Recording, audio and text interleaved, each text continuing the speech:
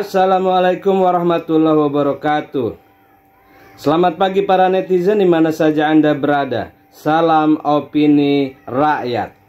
Wakil Ketua KPK Adnan Pandu Praja mengeluarkan pernyataan bahwa kepolisian merupakan lembaga terkorup.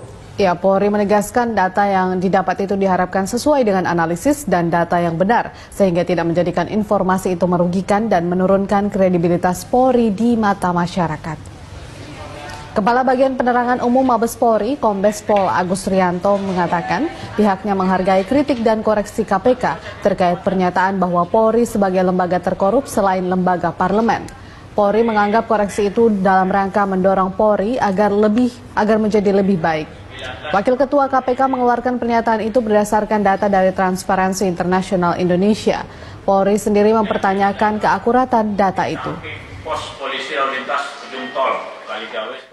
Kita juga berharap data tersebut betul-betul akurat dan diperoleh dari proses analisis yang betul-betul sesuai dengan fakta maupun data yang benar, sehingga tidak menjadikan bahwa informasi tersebut merupakan hal-hal yang nantinya dapat merugikan ataupun menurunkan ataupun merusak kredibilitas Polri di mata masyarakat. Presiden ke-7 Republik Indonesia Joko Widodo masuk dalam daftar finalis pemimpin paling korup di dunia dari Organized Crime and Corruption Reporting Project atau OCCRP. Finalis dinominasikan oleh pembaca OCCRP beserta jaringannya, jurnalis termasuk para juri. Nama Jokowi masuk bersama Presiden Kenya William Ruto, Presiden Nigeria Bola Ahmed Tinubu, dan Presiden Kenya menjadi tokoh paling korup yang dipilih responden. Sementara saudara, Presiden Suriah yang baru saja digulingkan Bashar al-Assad menjadi tokoh paling mendatangkan malapetaka melalui kejahatan terorganisir dan korupsi di tahun 2024. Yang saya katakan itu tadi sistem di dalam kenegaraan kita. Tapi kalau menyangkut jabatan, saya bersih. MK itu baru hidup sesudah saya dan tidak ada yang ditakuti oleh MK. Apa kurang hebat orang seperti Malik Fajar? Tapi apa Malik Fajar itu bisa mengubah Indonesia? Tidak bisa. Apa kurang hebat orang seperti Marii Muhammad? Sangat bersih, jujur, takwa, iman, soleh. Tapi apa dia menghilangkan korupsi di Menteri Keuangan? Tidak bisa. Ini persoalannya moral bangsa. Ini kolektif.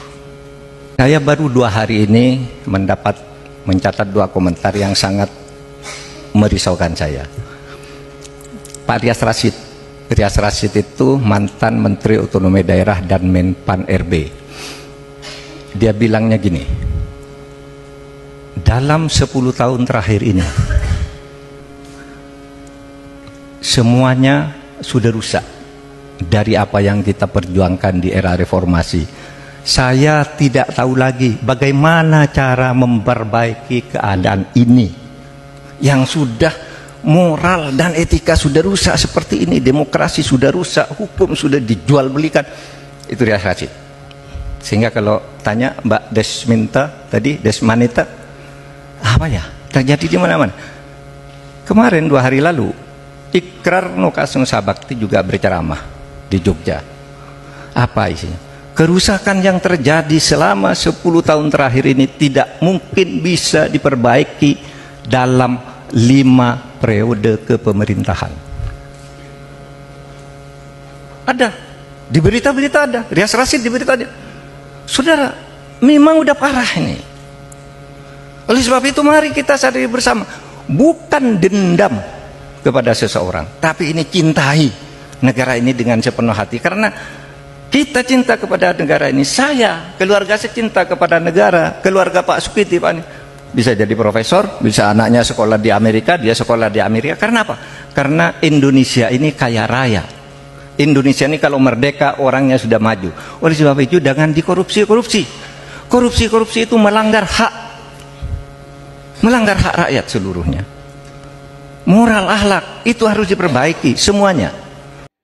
Lembaga pemeringkat korupsi dan kejahatan demokrasi itu apa judulnya ICP, yaitu menunjukkan dengan tepat bahwa kenapa Presiden Jokowi masuk di dalam kategori itu sebagai penjahat demokrasi, sebagai pemimpin korupsi. Karena dua hal. Pertama, Jokowi memakai dan memanipulasi hukum dan konstitusi untuk menguasai negara. Itu yang berkali-kali ditunjukkan dengan fenomena Fuku-Fapa segala macam itulah.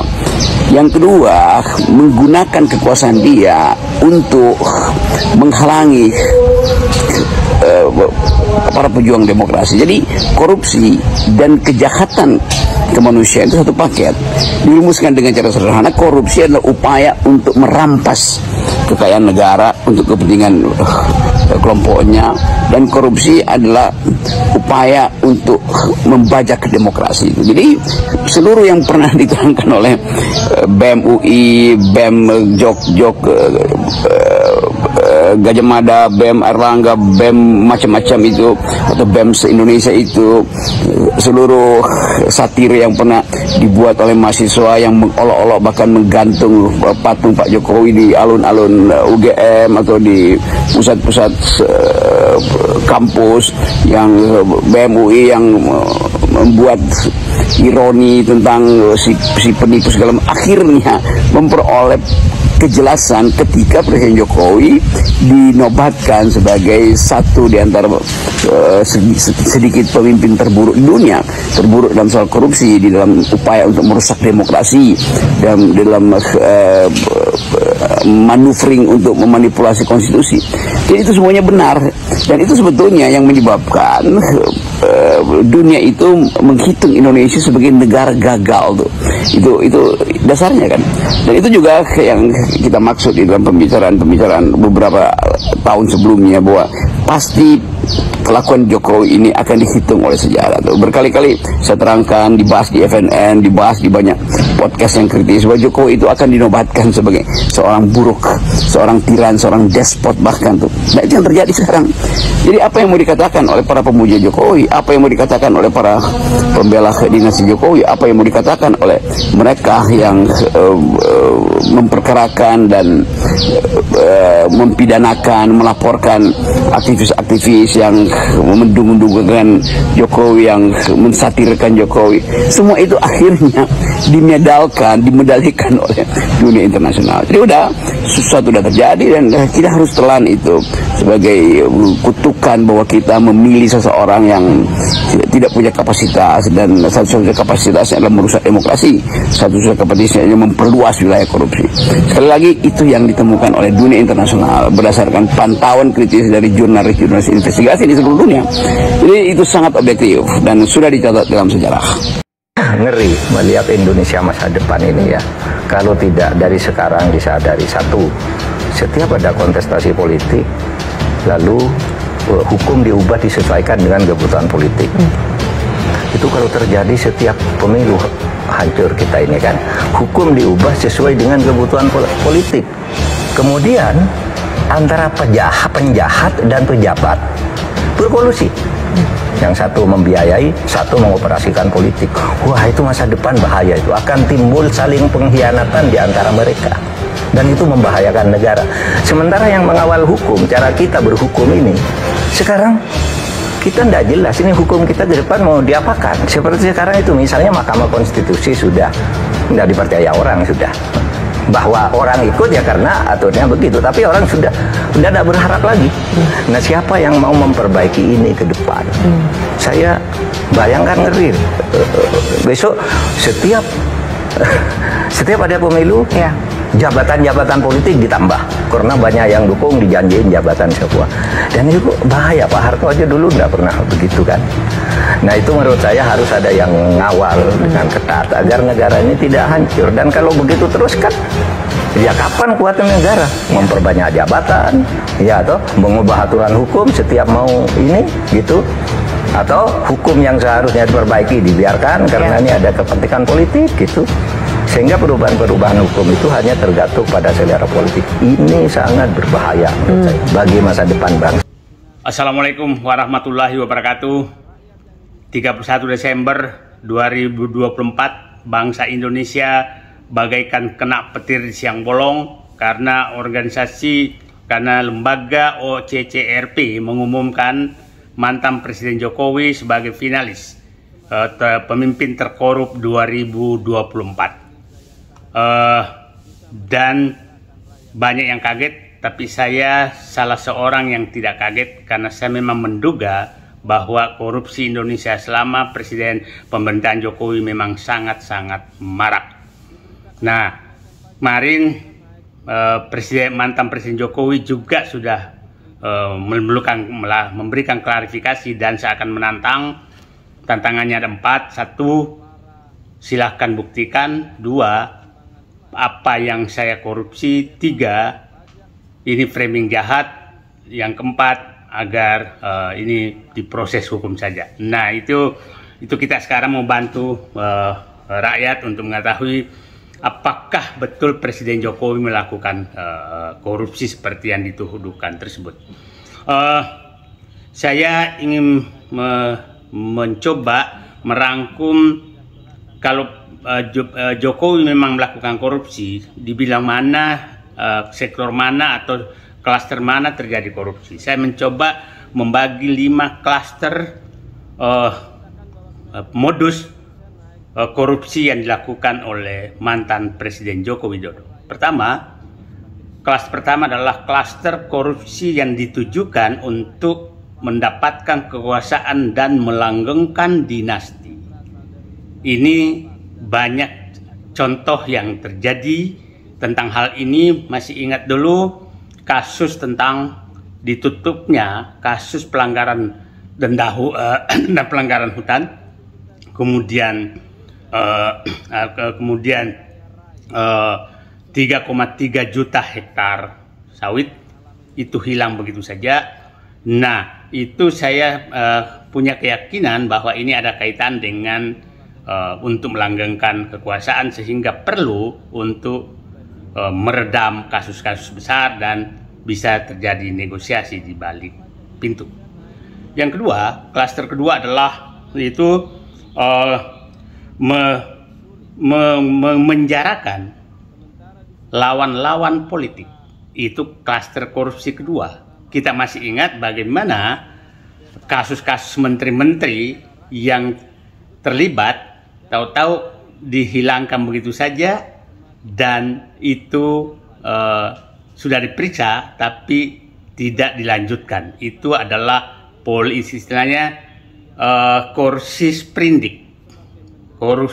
sprindik. Masih ingat kasus impor garam, minyak goreng, HPH, kemudian kasus BTS dan berbagai kasus lain yang menguap begitu saja. Dan masih ingat kasus penggantian Ketua Umum Partai Golkar yang karena isu semua bahwa itu ada 11 sprindik. Itu korupsi klaster kedua.